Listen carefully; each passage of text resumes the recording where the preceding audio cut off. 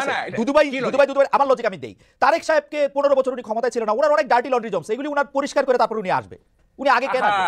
না শুনেন দেখেন 5ই আগস্টের পরে তারেক রহমান যে ধরনের মানে ভূমিকা নিছেন, যে ধরনের বক্তব্য দিচ্ছেন, ওনার ইমেজ অলরেডি মানে কি বলে যে পুনর্বহাল হয়ে গেছে। ওনার কিছু ইমেজ খারাপ ছিল, মানে এই 2001 থেকে 2005 পর্যন্ত কিছু খারাপ হয়েছিল, এখন এটা পুনরুদ্ধার হয়ে গেছে। এখন আর উনি কেন ওয়েট করবেন আমি তো এটি বুঝতেছি না। হ্যাঁ, উনি একটা ডেমোক্রেটিক পার্সোনালিটির ইমেজ ডেভেলপ করছেন এই গত 6 মাসে। উনি শান্তিপ্রিয় একজন নেতা হিসেবে নিজেকে মানে এস্টাবলিশ করছেন। উনি মানে এই সরকারকে সহযোগিতা করার, সবসময় সহযোগিতা করার উনি মানে দিয়েছেন, নেতা কর্মীদের বলতেছেন এই সহযোগিতা করতে, তারপরে উনি আসবেন না। দিস ইজ প্যারাডক্স, এটা আপনি বললে হবে না। দেখেন আমি ডাকসুর ডিবেট চ্যাম্পিয়ন, আমাকে উল্টাপাল্টা লজিক দিলে কিন্তু আমি পারবো না। আচ্ছা বাউকাল ভাই, আপনার লজিক আমার কাছে অসাধারণ লাগছে, আমি এটা একটু দুদু ভাইয়ের কাছে জিজ্ঞেস করি। দুদু ভাই আপনার কাছে কি মনে হয়? আমি শুধু একটা জিনিস আপনাকে বলে রাখি, বাউকাল ভাই এই পর্যন্ত সরকার আসার পরে যা কিছু হয়েছে বিএনপি চায় না এরকম কোনো কিছু না। আমি খালি আপনার মনে করা দিতে চাই, এই বৈষম্য বিরোধী ছাত্রদের আন্দোলনের মধ্যে এটা হয়েছে, তারা প্রেসিডেন্টের সরাতে চাইছিল, পারে নাই। তারা সংবিধানের প্রোক্লেমেশন দিতে চাইছিল, পারে নাই, কারণ বিএনপি চায় নাই। আওয়ামী লীগের নিষিদ্ধ করার প্রশ্নে বিএনপি চায় নাই বলে তারা এটা করতে পারে না। বিএনপি এখন মানে কি বলে ডিফেক্টো ক্ষমতায়। তারেক সাহেব যেদিন চাই দিনে আসতে পারে। তারেক সাহেবের বক্তব্য মানে কি বলে আগে বিসমিল্লাহ পরে সুবহানাল্লাহ পয়রা প্রচার করা হয়েছে সবগুলি সরকারি জায়গায়। আমি তো এরকমই দেখতেছি যে তারেক সাহেব অলরেডি ইন পাওয়ার। যাই হোক, আমি দুদু ভাইয়ের কাছে একটু জিজ্ঞেস করি, দুদু ভাই তারেক সাহেব আসে না কেন? সরকার তাকে আসতে দেয় না, বৈষম্য বিরোধী ছাত্র আন্দোলন তাকে আসতে দেয় না। কামাল ভাই অনেক বড় সাংবাদিক, অনেক বড় থিঙ্কার এবং অনেক বিচক্ষণ ব্যক্তি। তো সেই হিসাবে কামাল ভাই যেসব কথাগুলো বলেছেন, গণতন্ত্রের একটা সৌন্দর্য আছে। আমি একাও যদি একটা বিষয় ভাবি সেটা আমি বলতে পারি, ভাবতেও পারি, চিন্তাও করতে পারি। তো সেটা আমার মনে হয় না ডিফার করার কিছু আছে। তবে এতটুকু বলি যে তিনি যে কথাগুলো বলেছেন, আমি জানা মতে এ পর্যন্ত আর দ্বিতীয় কোনো আমাদের শুভানুধ্যায়ী বা আমাদের ভালোবাসার মানুষ আর কেউ এই কথাগুলো বলেছে যে বৈষম্য বিরোধীরা তাকে আটকাইছে, সরকারের টপমোস্ট ডক্টর ইউনূস তাকে বাধা দিছে। এই কথাগুলো বোধহয় আপনার অনুষ্ঠানে যদি না আসতাম আর কামাল ভাইয়ের কথাগুলো না শুনতাম, তাহলে আমার একটা গ্যাপ থেকে যেত। এরকম কথাও তাহলে কেউ কেউ ভাবছে যে তিনি এই বাধার কারণে তিনি আসতে পারছেন না। এটা আমার কাছে মনে হয়েছে। তো কামাল ভাইকে ধন্যবাদ যে একটা নতুন কথা। আপনার অনুমতি নিয়ে আমি একটা প্রশ্ন করতে পারি? কামাল ভাইয়ের কথা কিন্তু খুবই লজিক্যাল, কারণ এই পর্যন্ত বিএনপি তারেক সাহেবের না আসা পর্যন্ত সম্পর্কে যেই যুক্তিগুলি দিচ্ছে একটা যুক্তিও ঠিক না। আইন আদালতের হ্যান ত্যান এগুলি একটাও ঠিক না। এটা নিয়ে আমি আলাদা ডিবেট করতে পারি, কারণ ইন অ্যাবসেন্সিয়া তার মামলাগুলি খারিজ হয়ে যেতেছে। উনি দেশে আসবেন, মামলা খারিজ হবে, এতে কি সমস্যা আমি তো বুঝি না। আমি তো আমার মনে হয় যে এই 1 মিনিট বা 1.5 মিনিটের মধ্যে যে কামাল ভাইকে আমি সমালোচনা করছি বা কোনো শব্দ ব্যবহার করছি এটা তো মনে হয় না, ঠিক যেটুকু বলি না। আমি এতটুকুই বলছি যে এটা গণতন্ত্রের সৌন্দর্য, এটা ভাবতেই পারে, বলতেও পারে। সত্যমিতা আগামী দিনে এটা নির্ধারণ হবে, এখনই এটা ঠিক করা দরকার নেই। আর 2 নম্বর হচ্ছে বিএনপির পক্ষ থেকে যেটা বলছে, উনি আমাদের এই মুহূর্তে বিএনপির সর্বোচ্চ নেতা। কিছু কিছু ব্যাপারে তো তার নিজস্ব কিছু সিদ্ধান্ত থাকতে পারে।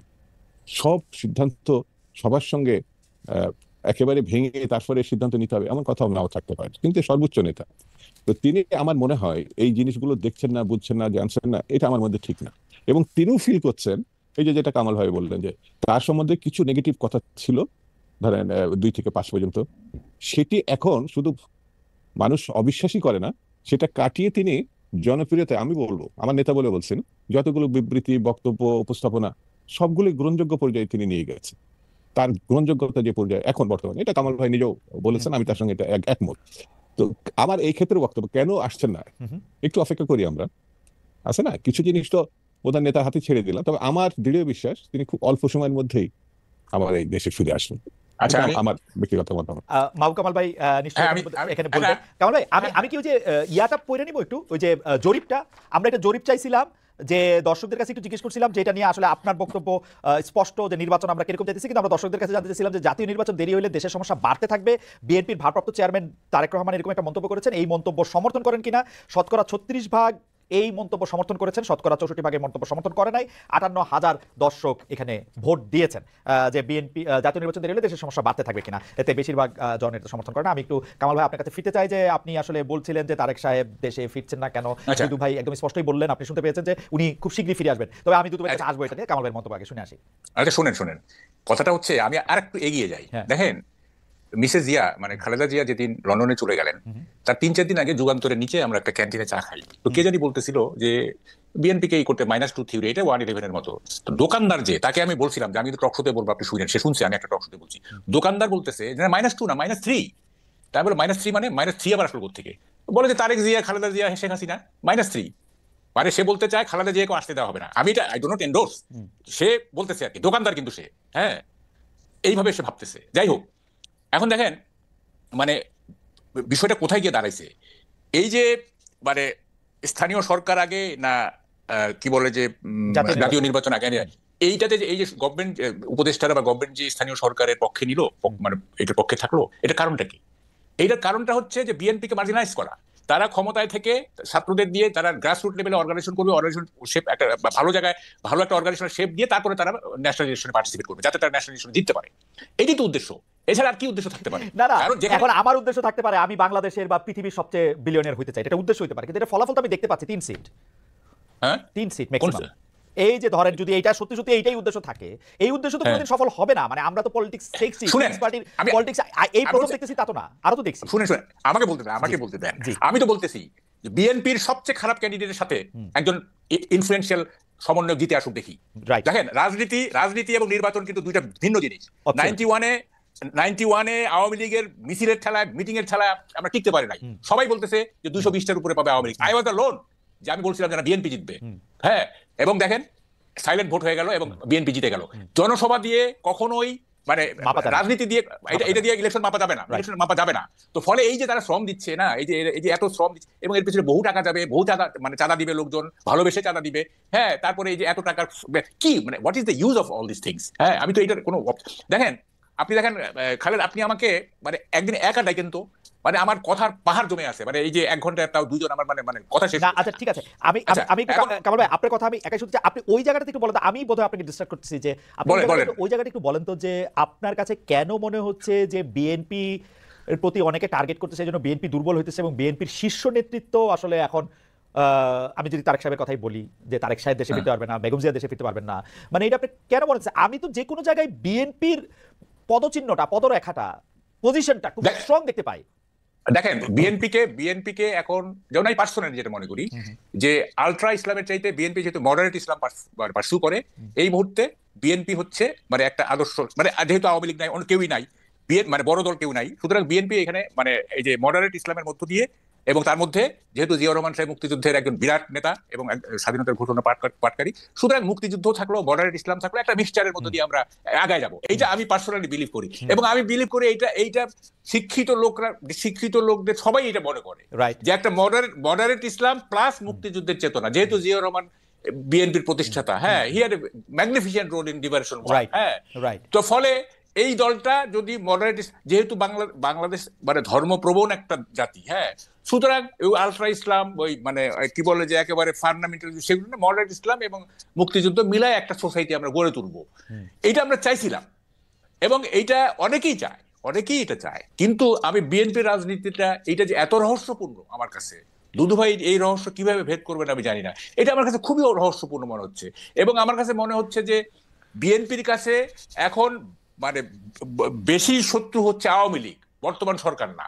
তারা কথায় কথায় স্বৈরাচার, আরে কই স্বৈরাচার ইজ পার্ট অফ হিস্ট্রি, তাদের ফেরার আর কোনো সম্ভাবনা নাই। কিন্তু কারণ আপনি কি একটু অন্যরকম কথা বলতেছেন না? আপনি বলতেছেন বিএনপির কাছে প্রধান শত্রু আওয়ামী লীগ, কিন্তু আমি দেখলাম যে বিএনপির প্রধান একিউজ করা হচ্ছে যে তারা আওয়ামী লীগকে যথেষ্ট শত্রু মনে করতেছে না।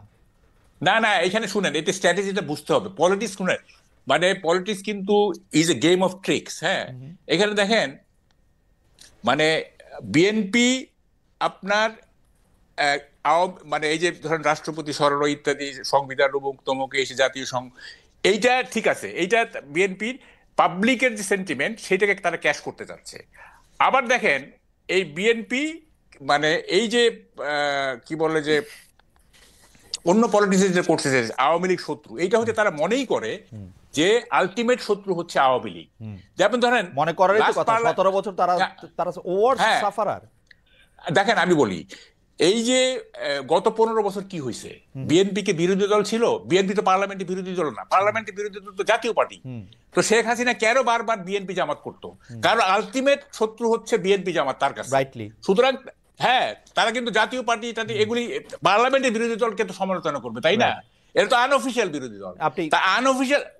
আনঅফিশিয়াল বিরোধী দলকে যখন আপনি আক্রমণ করতেছেন, তাহলে আপনি বুঝতে হবে যে উনি বিএনপি, এটার ব্যাপারে কোনো সন্দেহ নাই। আপনি বিএনপি কে আপনি বলতেছেন যে বিএনপি এখনো তাই, রাইট। এখন আমার কাছে তাই মনে হচ্ছে যে একটা ইতিহাস, হ্যাঁ একটা ইতিহাসের অংশকে, যে অংশটা ইতিহাসের পার্ট হয়ে গেছে, হ্যাঁ সেইটাকে যদি আপনি বর্তমান প্রেক্ষাপটে লিঙ্ক করেন, হ্যাঁ, এবং যে আপনারা তো দেখতেছেন যে প্রধান বাধা হচ্ছে সরকার, ইলেকশন দিচ্ছে না, দিচ্ছে না, হ্যাঁ আপনারা বাইরে যাইবো না, আমরা সবই বুঝি দুদু ভাই, আমরা কিন্তু 53 বছর যাবৎ বাংলাদেশটাকে দেখে আসতেছি, হ্যাঁ আপনারা চাচ্ছেন ইলেকশন, গভর্নমেন্ট দিচ্ছে না, তারপরেও আপনারা একটা সমঝোতা, একটা সহযোগিতা। তবে কামাল ভাই একটা খুব গুরুত্বপূর্ণ জায়গায় আসছেন, যে কামাল ভাই মনে করতেছেন যে আসল শত্রু চিনতে বিএনপি ভুল করতেছে কিনা, সেটা নিয়ে আমরা একটু দুদু ভাইকে শুনতে চাই।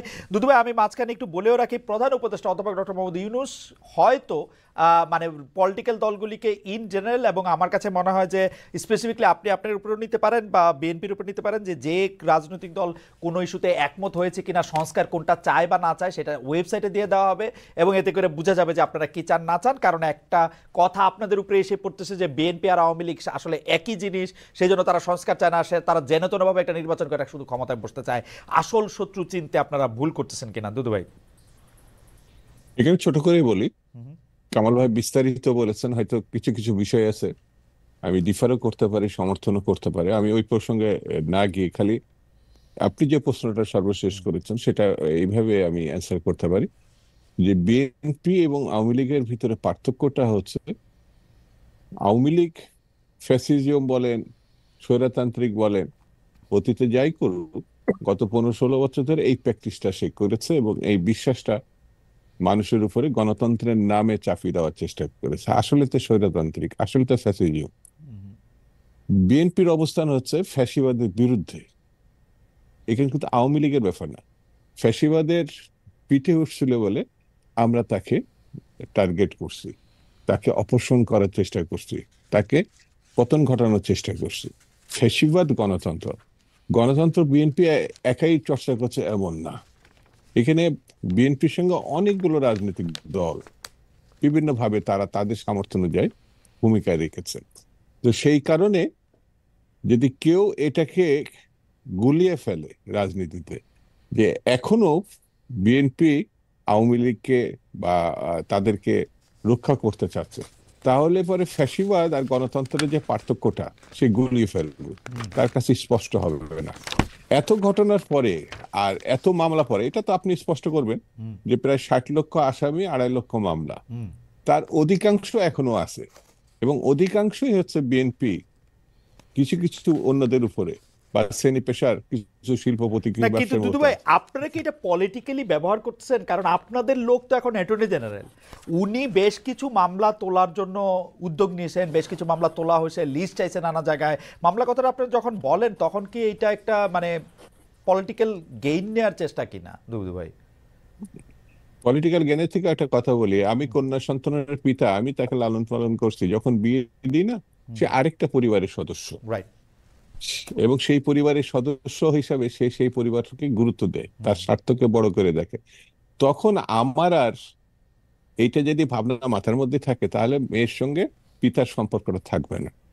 তো আমার সঙ্গে তো অনেক লোকই ছিল, অনেকভাবেই ছিল। তো সে আরেক জায়গায় গিয়ে যদি অ্যাটর্নি জেনারেল হয়, সে এখনো বিএনপি করে, তো বিএনপি করলে তো সে অ্যাটর্নি জেনারেলই হতো না। এটা আমার ধারণা যে সে তার মতো করে চিন্তা করে সে ওই জায়গায় গেছে। সে থাকলে বিএনপি সব উদ্ধার পেয়ে যাবে, এটা তো আমার মনে হয়। তাহলে তো এই ডক্টর ইউনূসের সরকারই তো বিএনপি সরকার হিসাবে মানে পরিগণিত হতে পারে। মানে যুক্তির খাতিরে কথাগুলো বলছি। আমার রিডিংটা অলমোস্ট তাই।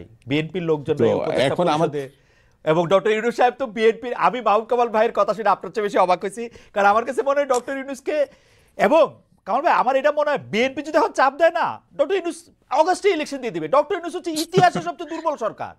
বিএনপি যদি সত্যি এটা মিন করে 5 আগস্ট না, ওই 4 আগস্ট ইলেকশন দিয়ে দিবে।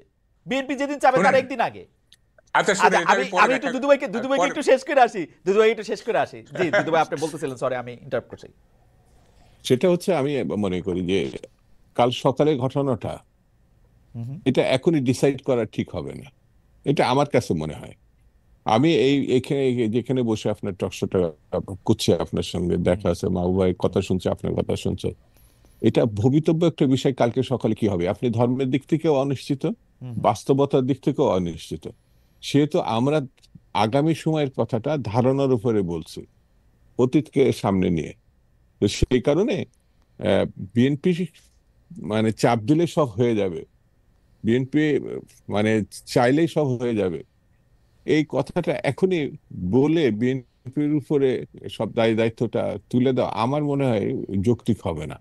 বিএনপি একটি মানে আলাদা রাজনৈতিক দল, বড় দল, অতীতে সে সরকার পরিচালনা করেছে।